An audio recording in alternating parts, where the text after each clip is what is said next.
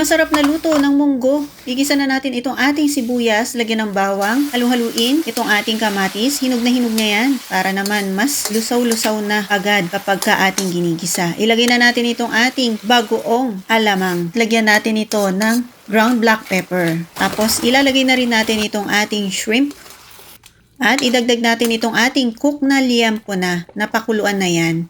Tapos haluin lang. Ilagay ang kalabasa. Itong ating pinakuluan na munggo.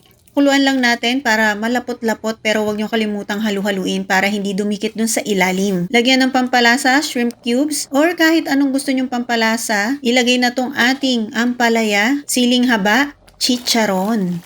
Itong spinach. Haluin na natin at pakuluan. Pwedeng-pwede na yung iserve kasama ng kanin at pritong isda.